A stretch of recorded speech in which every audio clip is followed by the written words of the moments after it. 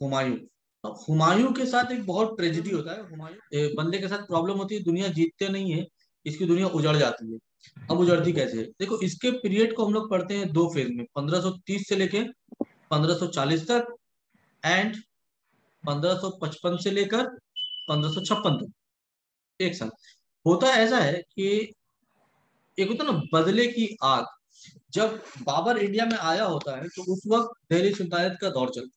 Ibrahim Lodi was Afghan, first Afghan kingdom आपका बहलोल लोदी ने foundation दिया था। जब बाबर आया तो यहाँ पे टर्किश मंगोल ब्लड का एक नया किंगडम शुरू हुआ। बेसिकली हम लोग मुगल को टर्किश ही बोलते हैं क्योंकि उनको ज्यादा अप्रोच बाद में टर्किश की तरफ था। बट मंगोल एंड टर्किश दोनों का ही ब्लड इसमें था, तो बोल सकते हैं कि मंगोलो टर्किश एक किंगडम बना। उस वक्त इंडिया के एक हिस्से में, जिसको हम लोग आज की डेट में बिहार बोलते हैं, एक और बंदा तरक्की की राह चल रहा था जिसका नाम था शेर शाह सूरी। वो बाबर की आर्मी में एक फौज के सिपाही के हिसाब से ज्वाइन किया। बाबर ने मरने से पहले हुमायूं को ये एडवाइस किया था कि शेर शाह से बच कर रहना। सूरी बाद में उसका टाइटल लेता है, उसका नाम रहता है actually Farid Khan.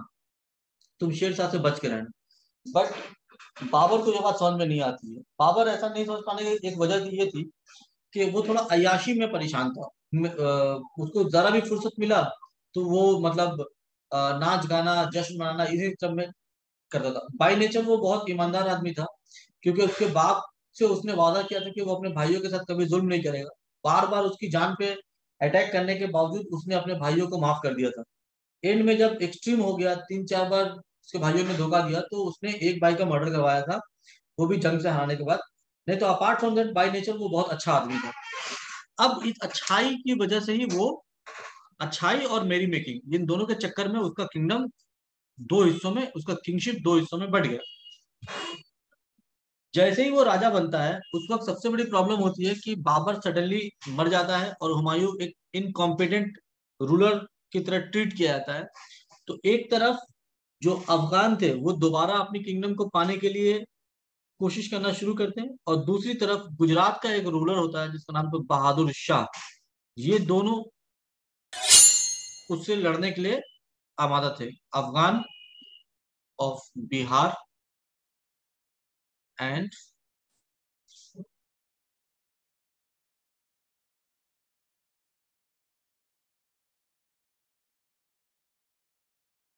Bahadur Shah of Gujarat, इन दोनों को लड़ना था। बाप हुमायूं इन्हीं दोनों से लड़ने के चक्कर में बहुत सारा वक्त बर्बाद कर देता है। कुछ तो उसके भाई भी उसमें शामिल होते हैं उसको धोखा देने के लिए। लेकिन इस अफगान में एक आदमी उभरता है जिसका नाम था शेर खान। बाद में यही शेर खान अपना नाम बदल के रखता है शेर शाह सूरी, एंड सूरी डायनेस्टी की बुनियाद रखता है। ये बंदा इसके खिलाफ लड़ता है और दो लड़ाइयां इसके बीच में होती हैं। हुमायूं वर्सेस शेर शाह। पहली लड़ाई होती है 1539 में, battle of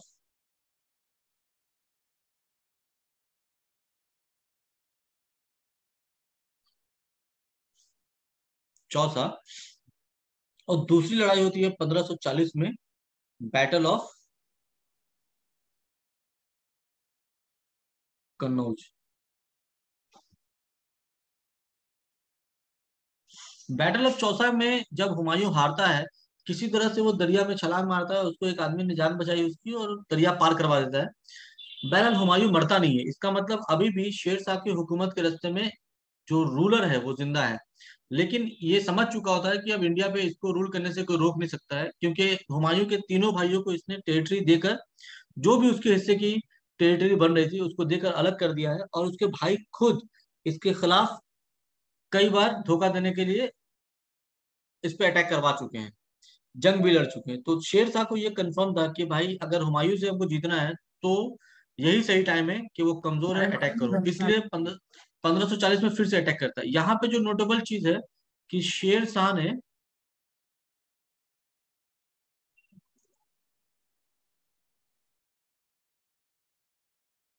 declared himself king and issued coins in his name। आपसे एग्जाम में यही पूछेगा कि शेर शाह ने कौन सी लड़ाई के बाद अपने नाम का सिक्का निकलवाया था। Battle of Chausa, not battle of Kannauj. Battle of Kannauj के बाद क्या होता है कि इंडिया पे पूरी तरह से शेर शाह का कब्जा हो जाता है। कन्नौज से पहले तक बाबर भी एग्जिस्ट कर रहा है और शेर शाह भी एग्जिस्ट कर रहा है। दोनों अपने आप को रूलर बोल रहे हैं। बाबर चूंकि, सॉरी, हुमायूं चूंकि पहले से रूलर था इसलिए रूलर बोल रहा था, और शेर शाह नया किंगडम कर रहा है। शेर शाह को सिर्फ ये दिक्कत थी कि हम अफगान किंगडम फिर से एस्टेब्लिश करेंगे।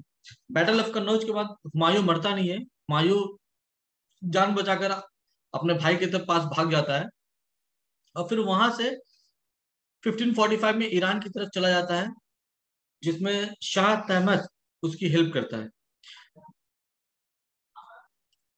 Fled to Iran.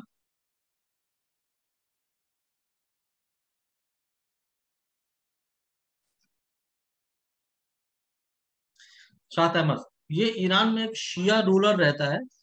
इसका एक हुमायूं का एक बहुत वफादार इसका वकील होता है, जिसका नाम रहता है बैरम खान।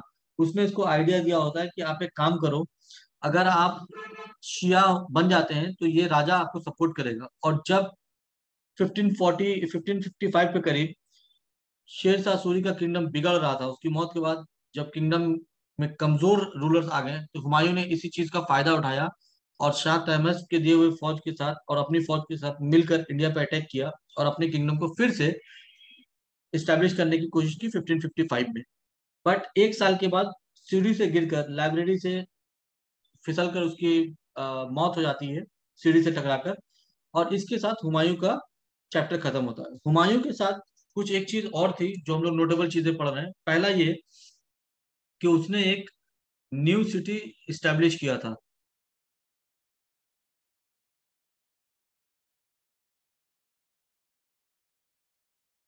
नियर दिल्ली। इस न्यू सिटी का नाम था दीन पनाह।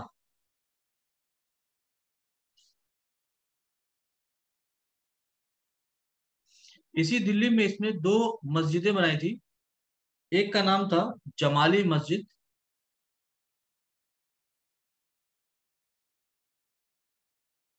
और एक का नाम था इसरा खान मस्जिद।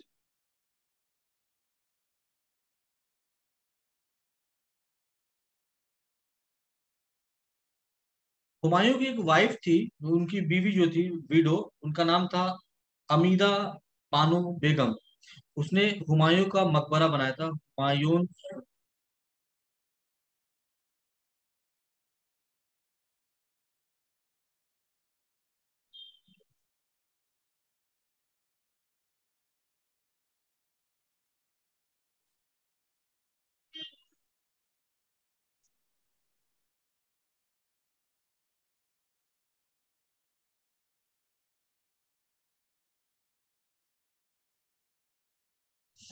ये जो हुमायूं टॉम है ना, यही हुमायूं टॉम बनता है ब्लू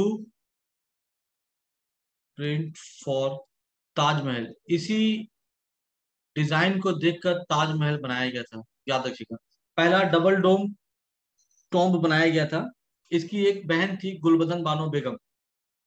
अकबर के कहने पर गुलबदन बानो बेगम ने, याद रखिएगा, सिस्टर ऑफ हुमायूं थी। हुमायूं के बाद जब अकबर राजा बनता है तो वो अकबर की जिद पर अपनी बुआ, बंगाली में पीसी बोलते हैं, उसको बोला और इसने एक बुक लिखी। इसका नाम रखा गया हुमायूं नामा। हुमायूं नामा। हाँ, याद रखना, नामा से जितना बुक आ रहा है मुगल किंगडम में, वो सारा कौन से लैंग्वेज में लिखा हुआ था? टर्किश में। It was book not written by Humayun but by his sister Gulbadan Bano Begum. Humayun was a good painter. जब वो पर्शिया में रह रहा था तो उसने पेंटिंग करना सीखा था। तो ये कहना गलत नहीं होगा, ठीक है, जहांगीर के वक्त में पेंटिंग बहुत हाई लेवल पे था। एक बहुत पोर्ट्रेट पेंटिंग का दौर चला, पेंटिंग को एक एक्सेलेंस का दौर मिल गया जहांगीर के वक्त में। बट मुगल पेंटिंग की शुरुआत असल में हुमायूं से शुरू हुई थी। मुगल पेंटिंग, ये पेंटिंग का टैलेंट उसने या हुनर उसने पर्शिया में सीखा था। जब वो पर्शिया में रहता था, इन पर्शिया, बराबर, पर्शिया से इसने दो पेंटर्स भी लाए थे।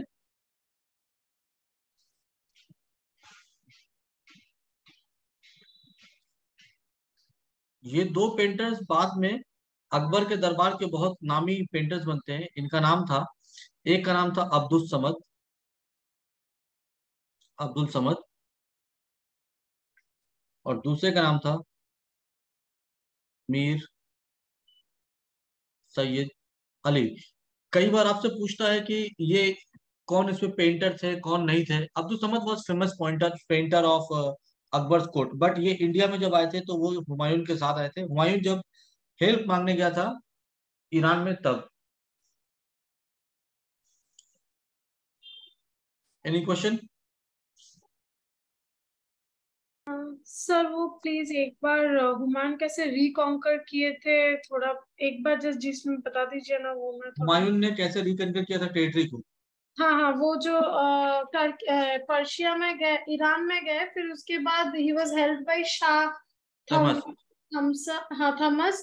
तो उन उसके बाद एग्जैक्टली क्या हुआ टिल हिज डेथ? आपने बोला ना कुछ सीढ़ी से फिसल देखो, के गिर मैं गए। बता रहा हूँ, होता क्या है कि जब ये ईरान जाता है तो इंडिया में तो शेर शाह सूरी बहुत एफिशिएंट रूलर रहता है, बट वो ज्यादा लंबा रूल कर नहीं पाता है। 1540 से 1545 में उसकी डेथ हो जाती है। उसको भी एक एक्सीडेंट में उसकी डेथ होती है। जस्ट इसके बाद में हम लोग पढ़ने वाले हैं शेर शाह के बारे में, तो मैं उसको डिस्कस करूंगा। बट वो डेथ हो जाता है। उसके बाद उसके किंगडम में फ्यूडल वॉर छिड़ जाता है। उसके जो रूलर्स आते हैं, दो या तीन रूलर्स उसके बाद आते हैं, ये सब नाकारा आते हैं, मतलब बेकार। हम्म। हुमायूं जब ईरान में रहता है तो उसको ये खबर मिलती है कि यहाँ पर शेर शाह की डेथ हो चुकी है, नंबर वन, और सूरी डायनेस्टी बहुत कमजोर हो गया। तो ये सही टाइम है इंडिया पे दोबारा अटैक कर कर अपनी किंगडम को वापस लेने का। तो साथ में चूंकि हुमायूं शिया बन गया होता है, so that he may sought help of the shah of Iran, वो उसको हेल्प करता है, कुछ फौज देता है साथ में। हुमायूं की अपनी भी एक छोटी मोटी फौज होती है, और ये फौज लेकर वो इंडिया में अटैक करता है। और उसका नाम था इब्राहिम इब्राहिम आदिल शाह। ठीक है, इब्राहिम आदिल शाह, जिसके वक्त में बाबर ने अटैक किया था। ये अटैक 100% सक्सेसफुल तो नहीं रहता है कि सूरी डायनेस्टी खत्म हो जाए, लेकिन इतना था कि वो दिल्ली पे रूल करना शुरू कर देता है। सूरी डायनेस्टी को पूरी तरह से खत्म कर देता है हुमायूं।